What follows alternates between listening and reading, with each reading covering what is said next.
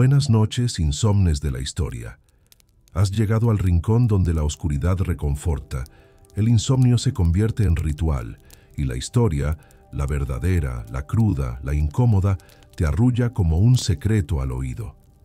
¿Desde dónde nos escuchas esta noche? Desde un rincón cálido de México, donde la noche se estira como un gato perezoso. Desde Argentina, arropado entre mantas y pensamientos que no se callan. O quizás desde España, donde el silencio tiene acento y las madrugadas no tienen prisa. Aquí no hay relojes ni coordenadas, solo voces que cruzan la niebla. Y tú, al llegar, ya formas parte de este pacto. Antes de dormir, o mientras lo intentas, te invito a sumergirte conmigo en un mundo antiguo, sofocante y lleno de preguntas. ¿Cómo era sobrevivir en la Mesopotamia? No desde la perspectiva brillante de los zigurats, ni desde las leyendas doradas de los reyes, sino desde abajo, desde la piel reseca del campesino, desde la basinica del escriba, desde las uñas sucias del niño que jugaba entre barro y orina de cabra, un mundo donde los dioses olían a cebolla fermentada y donde el agua no siempre era amiga. Quédate. No prometo limpieza, pero sí compañía. Y si este tipo de historia, llena de mugre, sudor y humanidad, te acaricia el insomnio, suscribirte a este canal puede que no sea una idea tan descabellada. Imagínalo. El sol recién empieza a levantarse sobre la llanura aluvial entre el Tigris y el Éufrates. No hay café, ni pan crujiente, ni ducha tibia. Lo que hay es barro. Barro hasta las rodillas, mosquitos alrededor del rostro, y una mezcla cáustica de humedad, estiércol y humo que se mete por la nariz como si fuera castigo ancestral.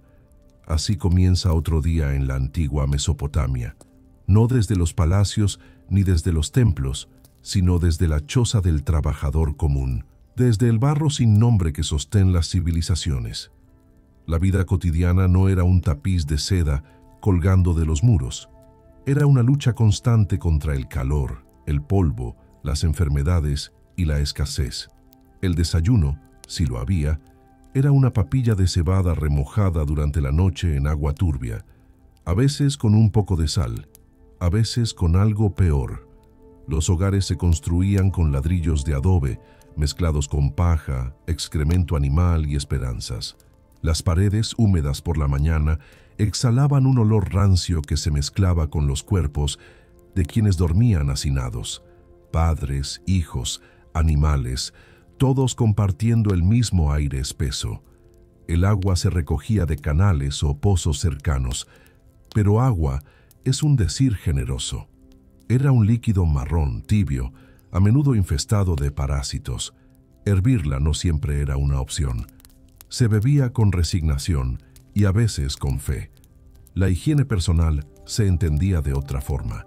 No había jabón como tal, pero sí se usaban cenizas, tierra fina o arena para frotar el cuerpo. El baño no era diario. Era ocasional, ritual o accidental, y el resultado era más abrasivo que refrescante. Las enfermedades abundaban, gusanos en la piel, llagas abiertas, infecciones que se curaban o mataban, pero nunca ignoraban.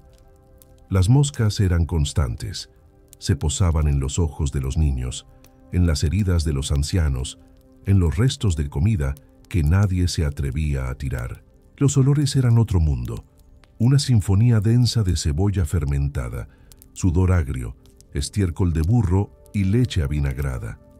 El cuerpo mesopotámico no era perfumado, era un organismo vivo, cambiante, que hablaba en olores. La ropa se tejía con fibras toscas, poco lavadas, muchas veces remendadas hasta la transparencia. El contacto con la piel no era cómodo, sino inevitable. El sarpullido era común, las picaduras inevitables, el descanso un lujo. Las casas no tenían baño.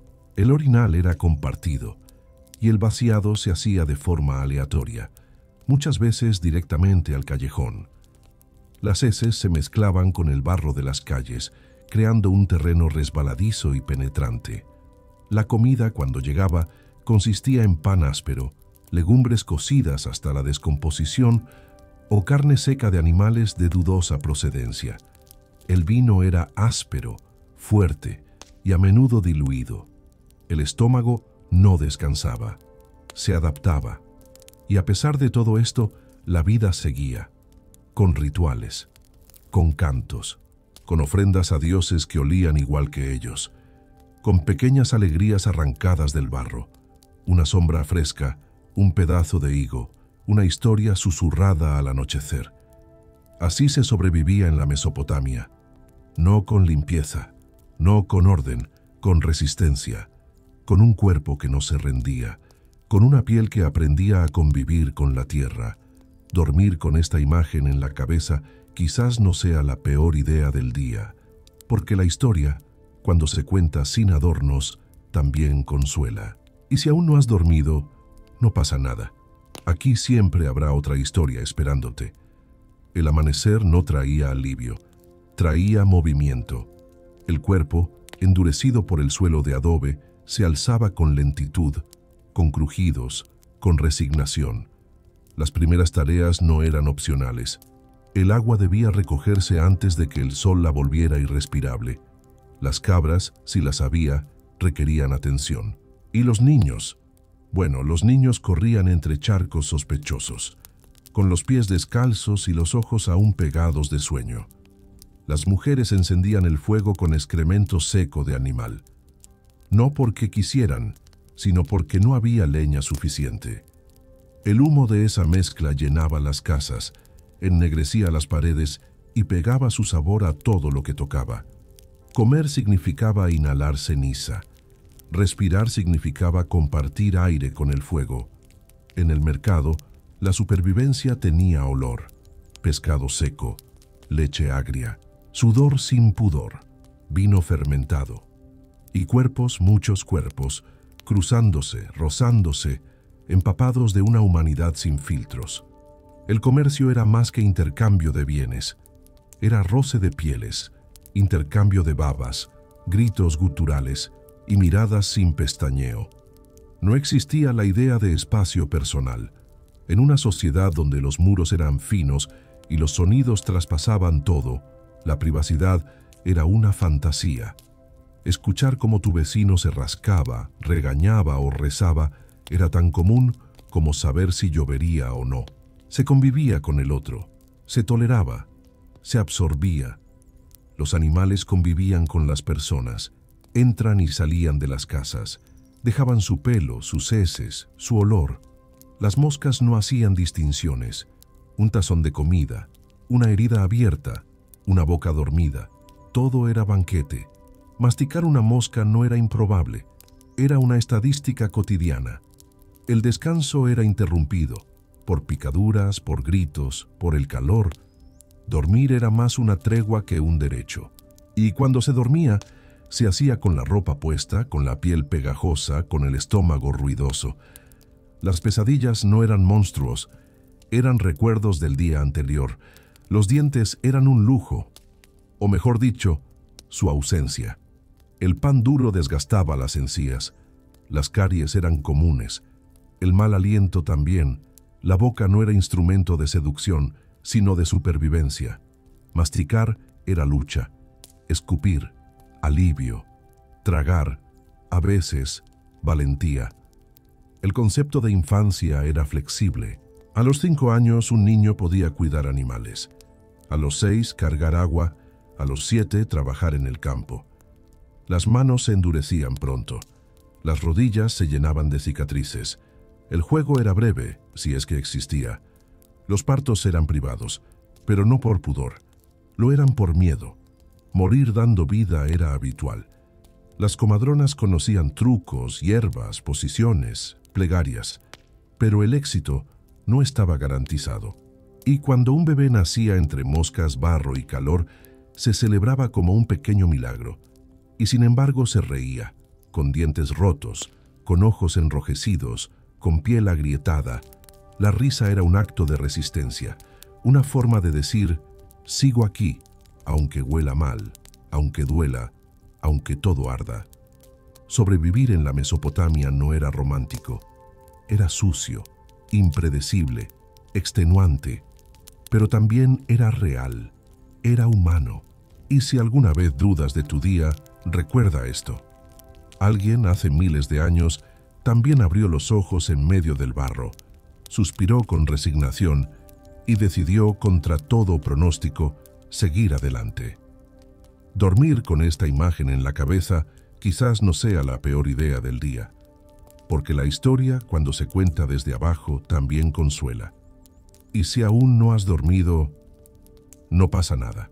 Aquí siempre habrá otra historia esperándote. En la Mesopotamia, los días se extendían con lentitud de barro seco y calor sin sombra. La vida no era una sucesión de eventos grandiosos, sino una coreografía milimétrica de supervivencia. Cada movimiento contaba: qué pie apoyar al levantarse, cómo caminar sin hundirse en el fango, dónde escupir sin ofender al vecino o al dios del canal. La suciedad era una capa constante, no solo en la piel. En las casas, en la comida, en los templos, se vivía en un equilibrio extraño entre lo sagrado y lo contaminado. El mismo lugar donde se rezaba podía ser el mismo donde se orinaba en la noche. El altar no era siempre limpio. La pureza era interna, una convención invisible entre polvo y creencias. Los canales de riego también servían para desechar basura, excrementos, animales muertos. El olor era indescriptible. El agua estancada bullía bajo el sol, criando nubes de mosquitos y enfermedades que nadie sabía nombrar, pero todos temían. Aún así, esa agua se usaba para lavar, para beber, para cocinar. Era un ciclo sin elección. Los cuerpos estaban en constante roce con el entorno, callos en las manos, hongos en los pies, costras en los codos. El cuerpo era herramienta. Se esperaba que aguantara, no que se quejara. Las heridas no eran drama, eran parte del paisaje humano. Sangrar era parte del trato. La cocina era un lugar peligroso, no por los cuchillos, sino por los insectos. Se comía rápido para evitar que las moscas se posaran. Se guardaba la comida en vasijas cerradas con trapos sucios, no por higiene, sino por necesidad. El moho era una textura más. No todo se tiraba, casi nada se desperdiciaba. Los rituales exigían limpieza, pero limpieza ritual. Bañarse en ciertos días, frotarse con aceites rancios, vestirse con ropa sin manchas visibles. Pero la limpieza no significaba esterilidad. Los olores eran parte del rito. Un sacerdote podía tener aliento a ajo y aún así oficiar ante los dioses. Los dientes se limpiaban con ramas, si se limpiaban. Las uñas acumulaban tierra como prueba de trabajo. Las orejas no se lavaban. Los cabellos se trenzaban para ocultar el polvo. Las mujeres se untaban con aceites para suavizar la piel, aunque estos atrajeran más insectos de los que alejaban. Y pese a todo esto, había belleza. En los ojos delineados con carbón, en las joyas de cobre oxidado, en los tatuajes rituales hechos con espinas y hollín. La estética no era pulida, era simbólica. Cada mancha tenía historia, cada cicatriz una función. Los perros eran parte del paisaje, dormían junto a los niños, comían lo que sobraba, ladraban cuando algo iba mal. Nadie los bañaba, nadie los domesticaba del todo. Eran parte de la suciedad viva de la ciudad. El aire no era fresco, era denso. Se respiraba con esfuerzo. Se dormía entre olores. Se soñaba con olores. El descanso no era olvido, era pausa. Una tregua olorosa antes del próximo amanecer. Y aún así, en esa maraña de polvo, sudor y ceniza, había amor. Caricias con manos ásperas, canciones murmuradas en medio del humo, regalos de pan mal horneado como promesas eternas. El amor también sobrevivía, como todo lo demás, sin limpieza pero con fuerza. Dormir con esta imagen en la cabeza quizás no sea la peor idea del día, y si aún no has dormido, no pasa nada. Aquí siempre habrá otra historia esperándote. La lluvia no caía con frecuencia en la Mesopotamia, pero cuando lo hacía, el barro lo tomaba todo. Los techos goteaban, los caminos desaparecían, las heces se diluían en los charcos, y el mundo entero olía a intestino revuelto. La lluvia no limpiaba, revivía. Lo oculto, lo fermentado, lo enterrado. Cada gota levantaba algo que debía permanecer dormido. Los niños jugaban en ese barro como si fuera parte del mundo natural, y lo era. No había juguetes de madera ni pelotas de cuero. Había piedras, huesos, pedazos de cántaro roto. Las uñas se llenaban de tierra. Las rodillas se pelaban contra el suelo. Los mocos no se limpiaban, se absorbían, se ignoraban. Las enfermedades intestinales eran parte de la infancia. Diarreas, lombrices, cólicos crónicos. Nadie se escandalizaba por un vientre inflamado o un niño pálido. El cuerpo sobrevivía a través del hábito. Lo normalizaba, lo asimilaba. Las comidas, muchas veces, eran comunales, no por espíritu solidario, sino por economía. Una olla, muchas bocas, muchas manos, ninguna lavada. El pan pasaba de dedo en dedo. La papilla de cebada se sorbía desde el mismo cuenco. Los trozos de carne se mordían directamente, sin cubiertos, sin vergüenza. La idea de privacidad alimentaria no existía. El concepto de mi porción tampoco. Comer era una actividad urgente, a veces violenta, siempre sucia, y sin embargo llena de vida. Los cuerpos no eran cubiertos, se exponían, se aceptaban. Las vestimentas eran mínimas, especialmente durante los meses de calor. Los pechos al aire, los pies al descubierto, las espaldas sudadas. El cuerpo era herramienta, no pudor. Los olores, parte del paisaje. Las manchas, un lenguaje. Los animales no solo compartían el espacio, compartían también los fluidos. Las cabras lamían platos. Los perros orinaban en las esquinas de las casas. Las gallinas defecaban sobre el umbral. Y nadie se escandalizaba. La limpieza era momentánea. El desorden, constante. Había rituales de purificación, sí, pero eran simbólicos. Un lavado rápido con agua de canal antes de entrar al templo. Una fumigación con hierbas ardientes para ahuyentar malos espíritus. Nada que se pareciera al baño moderno. Todo cargado de intención más que de resultado. El calor traía otros problemas. Las llagas en la piel, el sudor fermentado, las infecciones en zonas íntimas. Las personas se untaban con aceites rústicos a base de grasa animal y hierbas buscando alivio. A veces funcionaba. A veces solo cubría el dolor con un nuevo olor. El sexo era parte del cuerpo y el cuerpo era parte del mundo. No se escondía, se escuchaba, se intuía. Las casas eran tan pequeñas que los sonidos eran compartidos. La idea de intimidad era comunitaria. El placer no era prohibido, pero tampoco era privado. Los ciclos menstruales eran atendidos con trapos, hierbas, aislamiento momentáneo. No había productos, no había descanso. La mujer sangraba mientras molía, mientras caminaba, mientras cuidaba niños. El cuerpo seguía. La muerte, cuando llegaba, no traía silencio ni paz. Traía olor, traía moscas, traía ritual. El cuerpo era lavado con agua tibia, si la había, y envuelto en telas usadas. A veces, simplemente enterrado cerca de la casa. A veces, incinerado, pero siempre con la conciencia de que la muerte no se iba del todo. Los sueños eran breves, las noches ruidosas, la ciudad nunca dormía completamente. Los mercados susurraban, los animales chillaban, los amantes reían, los niños lloraban. El insomnio era un estado normal, y dormir profundamente, un lujo. El tiempo se medía por el cansancio del cuerpo, no por relojes. El día comenzaba cuando dolían los pies. Terminaba cuando ya no se podía cargar el cántaro. No había jubilación, no había descanso planeado, solo pausas breves entre tareas infinitas. Y a pesar de todo había canciones. Las mujeres cantaban mientras molían granos. Los hombres tarareaban mientras cargaban adobe. Los niños inventaban rimas para espantar el miedo. La música no era entretenimiento, era resistencia. Dormir con esta imagen en la cabeza Quizás no sea la peor idea del día, porque si en medio del barro, del sudor y de los gritos, alguien aún cantaba, tal vez nosotros también podamos hacerlo. Y si aún no has dormido, no pasa nada. Aquí siempre habrá otra historia esperándote. El despertar en Mesopotamia no dependía del canto del gallo, sino del olor. El calor hacía que el mundo se fermentara desde muy temprano.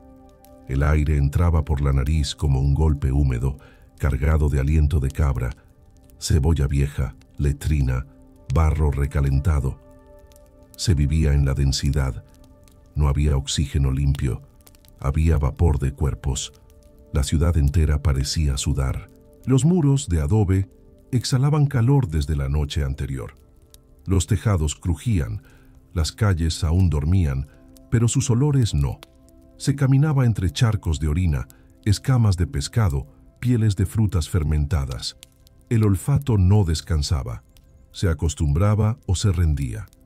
Los mercados eran epicentros del caos aromático. Al llegar, uno era recibido por un desfile invisible de intensidades. La dulzura podrida de higos abiertos, el picor del ajo machacado, el agudo hedor del pescado seco, el fondo persistente del sudor humano. Era una sinfonía sin partitura, caótica, total. Los vendedores no se bañaban, no había agua suficiente, y no era costumbre. El cuerpo se limpiaba con la túnica, se sacudía, se perfumaba a veces con aceites rancios o resinas fuertes, pero el sudor estaba ahí, era parte de la transacción. Comprar pan significaba oler al panadero, comer carne, oler a la sangre. El olor del estómago vacío era distinto al del estómago lleno, y se notaba. La gente con hambre olía a hierro, a sequedad, a bilis. La gente recién comida olía a cebolla cocida, a aliento tibio, a grasa pegada en la lengua. El cuerpo hablaba a través de los poros. Las casas encerradas eran pequeñas cámaras de cultivo oloroso, un solo ambiente, una familia entera y un sinfín de olores. El sudor nocturno, los gases intestinales, los cabellos mojados, los pies agrietados, las mantas húmedas. La limpieza era una aspiración, no una realidad. Los baños públicos eran escasos, y si existían, eran pozos comunes, de paredes bajas, sin división de género. La privacidad era imposible, el olor inenarrable, pero se iba igual. Se defecaba mirando al cielo, esperando que los dioses entendieran, o al menos toleraran. El aliento no se controlaba, se hablaba cerca, se escupía al reír, se respiraba en la cara. Las palabras salían cargadas de vida, y esa vida no era perfumada, era real, cruda, honesta. Las ropas no se lavaban seguido, se ventilaban, se sacudían, se dejaban al sol, y el sol hacía su parte. Cocinaba los olores, los sellaba. Cada túnica contaba una historia olfativa, de trabajo, de sexo, de duelo, de hambre. Los animales dejaban sus marcas. El burro tenía un olor agrio, la cabra, picante, el perro, tierra húmeda, las gallinas, polvo con amoníaco. Y todo eso convivía. Todo eso se mezclaba con el cuerpo humano, se abrazaba, se aceptaba.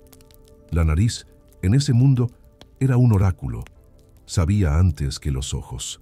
Un olor podía anunciar muerte, enfermedad, fiebre, traición. El que sabía oler, sobrevivía. El que ignoraba los olores se enfermaba. Los perfumes existían, pero eran para los ricos. Aceites espesos, mezclas de flores fermentadas, grasas de animales exóticos, pero incluso ellos no escapaban del fondo corporal. El noble también sudaba, también evacuaba, también dormía en medio del mismo aire viciado. Los partos olían a sangre, leche, miedo y barro. Las bodas, a humo, especias y sexo sin bañar. Las muertes, a cuerpo tibio, llanto seco y aceite quemado. Cada evento tenía su paleta aromática. Nadie olía igual después de un rito. Y entre todo eso se amaba. Se besaba con gusto agrio. se acariciaba con manos curtidas, se dormía abrazando a alguien que olía a todo lo vivido. El amor en Mesopotamia era también una experiencia nasal. Dormir con esta imagen en la cabeza quizás no sea la peor idea del día, porque si ellos sobrevivieron entre olores imposibles, tal vez nosotros también podamos vivir entre nuestras propias incomodidades. Y si aún no has dormido, no pasa nada. Aquí siempre habrá otra historia esperándote. A veces se olvida que la Mesopotamia no era solo barro, calor y excremento. También era ruido, constante, grave, agudo, humano. Las ciudades no dormían. Rechinaban, vibraban, supuraban sonido. Por la mañana el mercado escupía gritos, vendedores, compradores, regateos, discusiones. Cada palabra se lanzaba como piedra. Nadie hablaba bajo, nadie escuchaba en silencio. Las transacciones eran teatrales, y cada objeto vendido dejaba una estela de saliva en el aire. Los animales también tenían su parte: cabras balando, perros ladrando, burros rebuznando, gallinas chillando, todo mezclado con el retumbar de pasos descalzos, con el chocar de vasijas, con el murmullo del viento cargado de arena. Las casas eran hechas de adobe, con techos de caña y barro. No aislaban el sonido, todo se oía. El estornudo del vecino, la tos del anciano, el llanto del recién nacido, el sexo, claro, no se escondía, no se podía, era parte del repertorio nocturno. El sueño era ligero, cualquier cosa lo rompía. Una puerta que chirriaba, un cántaro que se caía, un murmullo entre sombras. No había silencio, solo capas de sonido que se apilaban unas sobre otras. Se dormía en treguas, nunca profundamente. Los templos, en vez de ofrecer paz, eran escenarios de música ritual, tambores, flautas, cánticos guturales. Las plegarias no eran susurros, eran declaraciones. Las diosas de la fertilidad eran invocadas con cantos que temblaban en el pecho. Los dioses de la guerra eran llamados entre chillidos y cuernos. Los cuerpos también sonaban. El estómago con hambre gruñía. El intestino con parásitos silbaba. La boca seca hacía clic. Las articulaciones crujían. El cuerpo era un instrumento desajustado. Sin pudor, sin pausa. Los niños jugaban haciendo ruido. Golpeaban cosas. Se gritaban entre ellos. No existía la idea de hablar bajo. Todo era efusivo, intenso. La infancia no era contenida, era salvaje, y esa energía llenaba los callejones. Las disputas eran públicas. Un desacuerdo se convertía en espectáculo. Las mujeres insultaban con precisión. Los hombres levantaban la voz como escudo. Los insultos eran floridos, antiguos, con raíces profundas, y todos los vecinos escuchaban, opinaban, participaban. El eco era constante, las paredes de barro lo absorbían y lo devolvían en forma de susurro. La ciudad era como una garganta, todo resonaba, todo vibraba. Cada grito tenía respuesta, aunque fuera un silencio tenso. Los músicos callejeros existían, tambores, cuerdas, cantores, pero no eran melódicos, eran rítmicos, viscerales. Tocaban para sacudir, no para calmar. El arte no era contemplativo, era contagioso. El viento también tenía voz. Silbaba entre los techos, golpeaba las lonas, levantaba tierra que zumbaba en los oídos. La naturaleza hablaba, gritaba. Era parte del concierto diario. Y pese a todo, había momentos de cierta calma. Justo antes del amanecer, justo después de una tormenta, justo cuando el cansancio apagaba a todos. Esos minutos eran preciosos, frágiles, casi irreales. Y entonces otra vez el ruido empezaba. Dormir con esta imagen en la cabeza quizás no sea la peor idea del día, porque incluso entre el estruendo, la vida se abría paso. Y si aún no has dormido, no pasa nada. Aquí siempre habrá otra historia esperándote. En la Mesopotamia antigua, el día no terminaba cuando se escondía el sol. comenzaba otro mundo, uno más oscuro, más íntimo, más incierto, el mundo de los cuerpos fatigados, del insomnio colectivo, del descanso entre murmullos. Las noches no eran silenciosas, eran densas. El calor seguía pegado a la piel como una segunda túnica. El aire no circulaba. Se estancaba entre cuerpos sudados, entre mantas rancias, entre sopores febriles. Dormir no era paz, era negociación. La familia dormía junta, en el mismo cuarto, en el mismo suelo, a veces sobre paja, a veces sobre telas dobladas una y otra vez. Los cuerpos se rozaban, se enredaban, se confundían. El olor era mezcla: sudor de niño, aliento rancio, gases de cabra, orina contenida. Todo en un mismo aire, sin escapatoria. La oscuridad no era absoluta. Siempre había algún candil encendido, una llama que temblaba en un rincón. La luz amarilla dibujaba sombras que se movían como fantasmas antiguos sobre las paredes de adobe. Todo parecía vivo, incluso lo que dormía. El cuerpo hablaba por la noche, se rascaba, se giraba, suspiraba, repetía lo vivido. Las manos buscaban alivio en la piel irritada. Los pies se frotaban entre sí para espantar el frío o las picaduras. El sueño no era una línea, era un camino lleno de piedras. Los niños lloraban, por hambre, por fiebre, por miedo. Las madres los arrullaban sin moverse, murmurando canciones que olían a cebada y leche agria. A veces cantaban para sí mismas, no para calmar al niño, sino para no enloquecer. En la lejanía se oía el rebuzno de un burro, el crujir de un techo, el jadeo de un vecino. La ciudad no dormía del todo, y eso era parte del acuerdo: estar juntos, aunque eso significara no estar solos ni en los sueños. Las enfermedades se notaban más de noche. La tos era más seca, la fiebre más alta, el dolor de barriga más urgente. No había doctores, había hierbas, oraciones, agua tibia y esperanza. Siempre esperanza, porque si uno dormía, tal vez al despertar, dolería menos. Los rezos eran susurrados, no como súplica, sino como compañía. El nombre de un Dios, repetido con voz temblorosa, servía más para consolarse que para pedir. La espiritualidad nocturna era corporal, se enredaba con el sudor, con los espasmos, con el insomnio.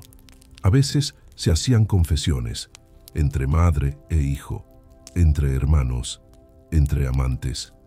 La noche ablandaba la lengua. El calor del cuerpo cercano, aunque pegajoso, abría grietas por donde salían verdades viejas. Nadie lloraba fuerte, solo se mojaban los ojos en silencio. Había sueños, sí, algunos húmedos, otros proféticos, algunos confusos, pero todos intensos. El inconsciente no descansaba. Reciclaba el olor del día, el miedo de la tarde, el deseo aplazado, y los devolvía en forma de visiones. El amanecer no era alivio, era recordatorio de que había que levantarse, que el agua debía recogerse, que el barro esperaba. Pero en esos minutos antes de la luz, cuando todo aún era sombra tibia, se sentía algo extraño: orgullo de haber sobrevivido otra noche. Dormir con esta imagen en la cabeza quizás no sea la peor idea del día, porque si ellos encontraban descanso entre el humo, el calor y la angustia, tal vez tú también puedas cerrar los ojos un rato, y si aún no has dormido, no pasa nada. Aquí siempre habrá otra historia esperándote. El alimento en Mesopotamia no era una experiencia individual, era una coreografía comunitaria de manos sucias, bocas ansiosas y rituales casi automáticos. Se comía sentado en el suelo, con los pies cruzados, las rodillas polvorientas, los codos apoyados en los muslos. No había platos individuales, no había cubiertos, solo vasijas comunes, manos extendidas y una confianza tácita en que todos entendían el hambre. La cebada era base, Harina rústica, papillas grumosas, panes densos y oscuros. La cocción no siempre era pareja, a veces partes crudas, a veces carbonizadas, pero se comía igual, no se desperdiciaba nada. Se arrancaban trozos con los dedos, se mojaban en caldos tibios, espesos, picantes. Todo sabía un poco a humo, un poco a sudor. El aceite no era de oliva, era de sésamo, de lino, de lo que hubiera. Y no era claro, era denso, turbio, a veces rancio, pero útil. Todo se freía, se untaba, se conservaba en él. El olor del aceite impregnaba la piel, la ropa, los sueños. La carne era lujo. Cordero, si había suerte. Pescado, si el río era generoso. Se cortaba con cuchillos romos, se desgarraba con los dientes. No se cocía siempre del todo, y eso tenía consecuencias: parásitos, dolor de estómago, fiebres, pero el sabor justificaba el riesgo. Las frutas eran escasas, secas, arrugadas, dulces hasta la fermentación. Se comían con la piel, con gusanos, con semillas. Los higos dejaban los dedos pegajosos, las fechas, las encías negras. Era una dulzura que se ganaba con esfuerzo. Las bebidas eran espesas. La cerveza, un líquido turbio, sin filtrar. Se bebía con pajillas de caña para no tragar el sedimento. El vino era fuerte, ácido, áspero, embriagaba rápido, quemaba la garganta, y aún así se bebía.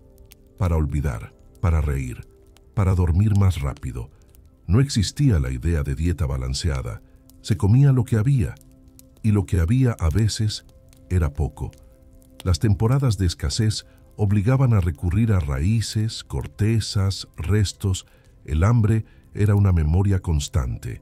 Aunque el vientre estuviera lleno, el cuerpo recordaba. El cuerpo a su vez reaccionaba.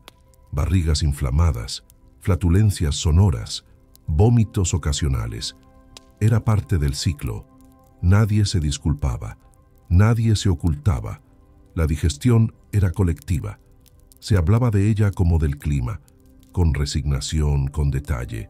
Los utensilios eran rudimentarios: vasijas de barro, cucharas talladas, trapos usados. Todo se compartía, todo se reutilizaba. El jabón no existía, se frotaba con arena, con ceniza, con agua de lluvia si la había.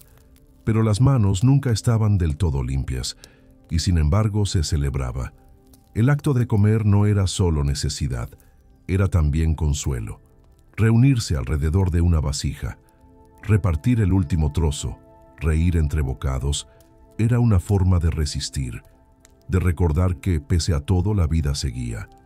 Dormir con esta imagen en la cabeza quizás no sea la peor idea del día, porque si entre parásitos, sudor y pan agrio, alguien aún sonreía al tragar, tal vez tú también puedas cerrar los ojos tranquilo. Y si aún no has dormido, no pasa nada. Aquí siempre habrá otra historia esperándote. La infancia en Mesopotamia no era un lugar suave. Era un terreno de piel curtida, manos pequeñas con uñas negras, ojos grandes que aprendían rápido a no llorar demasiado. Ser niño allí significaba adaptarse o desaparecer.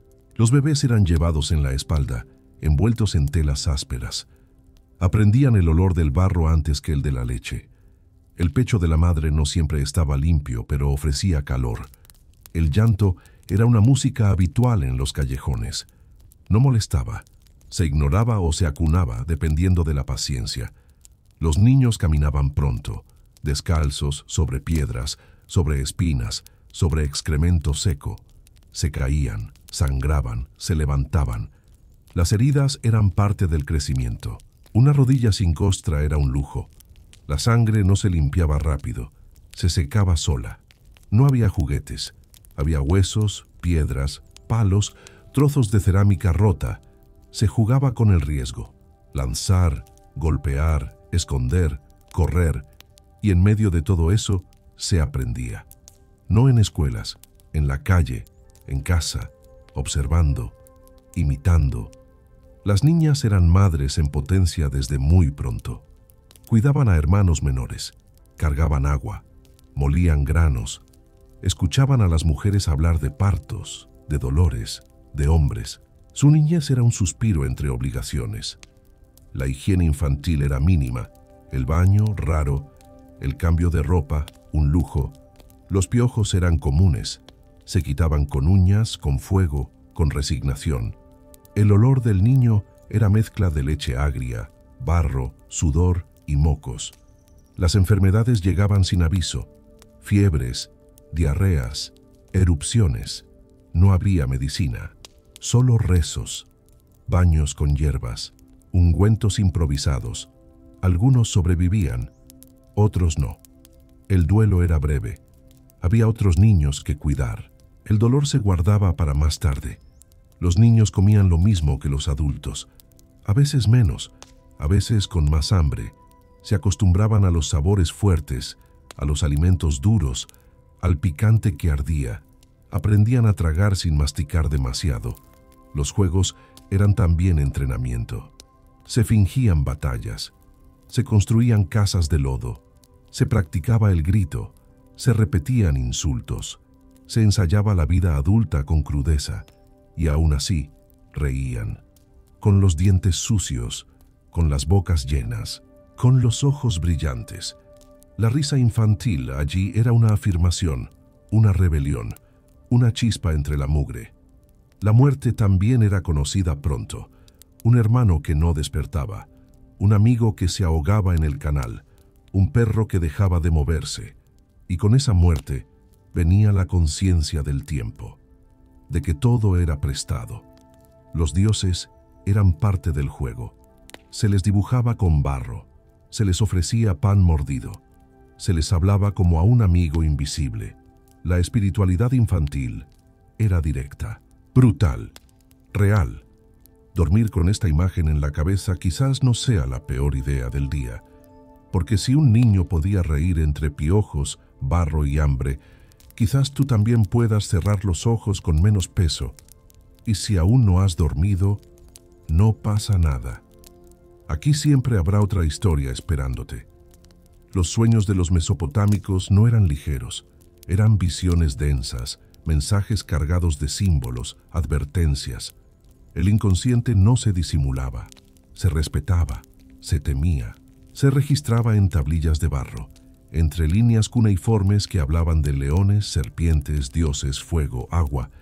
Dormir no era solo descansar, era entrar en otro reino, uno peligroso, uno revelador. Antes de cerrar los ojos, algunos rezaban, otros se untaban con aceites, otros dormían de espaldas al este. Las prácticas eran muchas. El deseo, uno, soñar lo correcto, no lo mortal. Los sacerdotes interpretaban sueños, eran decodificadores del caos. Un cuenco roto en el sueño podía significar ruina. Una cabra sonriente, un parto complicado, la sombra de una madre muerta, un mal presagio. Todo tenía peso, todo podía ser real. Las pesadillas eran frecuentes, y no solo por la mente, también por el estómago lleno, el calor asfixiante, los cuerpos encimados. Se sudaba al soñar, se gritaba, se hablaba dormido, nadie se asustaba. Era parte del paisaje nocturno. Los dioses también se manifestaban en sueños, a veces con claridad, a veces disfrazados, a veces solo como una presencia que dejaba el cuerpo helado al despertar. Algunos temían dormir, otros lo esperaban con ansiedad, porque allí podían tener respuestas. Los ancianos eran respetados por lo que soñaban. Se les pedía consejo, se les interrogaba. Lo que soñaban podía cambiar una cosecha, una boda, un viaje. Su palabra, salida del mundo onírico, tenía valor de ley. Los sueños también enseñaban lenguaje, memoria, dolor. A veces un niño se despertaba llorando sin saber por qué, y su madre le decía: «Has sido visitado, el espíritu te habló, escúchalo». Recuerda, no todos los sueños eran malos, algunos eran eróticos, intensos, explícitos, y no se reprimían, eran celebrados. El cuerpo también soñaba, el deseo también era sagrado, a su modo. Soñar con agua limpia era raro. pero deseado. Significaba renovación, fertilidad, esperanza. Muchos soñaban con canales sin barro, con lluvias suaves, y al despertar, abrían los ojos sabiendo que todo seguía igual, pero aún así lo contaban con alegría. Las mujeres soñaban con nacimientos, con serpientes, con sangre. Sus sueños eran más corporales, más ligados a la tierra. Los hombres, con batallas, con pérdida, con poder. Pero en el fondo, todos soñaban con lo mismo, no morir demasiado pronto. Los que no soñaban eran temidos.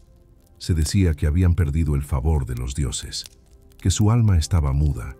Eran vistos con lástima o con sospecha. Porque soñar era vivir doblemente, y no soñar era no existir del todo. Al despertar, el recuerdo del sueño podía perseguir todo el día, modificar el tono de la voz, la forma de mirar, el gesto al comer. Se vivía con los pies en el barro y la cabeza en las estrellas. Era una forma de equilibrio, brutal, mágico, verdadero. Dormir con esta imagen en la cabeza quizás no sea la peor idea del día, porque si soñar en medio del barro era un arte sagrado, tal vez tú también puedas cerrar los ojos esta noche sin miedo. Y si aún no has dormido, no pasa nada. Aquí siempre habrá otra historia esperándote. Quizás, al empezar esta historia, esperabas datos, curiosidades, anécdotas sueltas para distraer la noche. Pero lo que encontraste fue otra cosa. Un mundo espeso, sofocante, sucio, un espejo manchado del que cuesta apartar la mirada. Sobrevivir en la Mesopotamia no era una proeza reservada a héroes, era el arte cotidiano de resistir sin nombre, de levantarse con el estómago vacío, de dormir rodeado de moscas, de caminar sobre barro caliente sin saber si la próxima lluvia traería alivio o enfermedad. El cuerpo era protagonista. No se escondía, no se idealizaba, se vivía con él, con sus olores, con sus líquidos, con su fatiga. Cada gesto, cada comida, cada sueño era una declaración de existencia. Y sin embargo, entre tanta crudeza había belleza. La de las canciones al moler el grano, la de los niños que reían aunque tuvieran lombrices, la de los amantes que se encontraban a escondidas entre el polvo, la de los rezos murmurados entre fiebres. La Mesopotamia no fue solo cuna de civilización, fue también un útero de barro, de caos, de humanidad sin filtro, y al mirarla de cerca, sin romanticismo, sin limpieza, nos revela algo incómodo, que no hemos cambiado tanto, que nuestros miedos, nuestras hambres, nuestras formas de amar, siguen oliendo a lo mismo. Así que sí, dormir con esta historia en la cabeza quizás no sea la peor idea del día, porque si ellos pudieron sobrevivir al barro, al ruido, al insomnio, a sí mismos, quizás tú también puedas soportar un día más, y si aún no has dormido, no pasa nada. Aquí siempre habrá otra historia esperándote.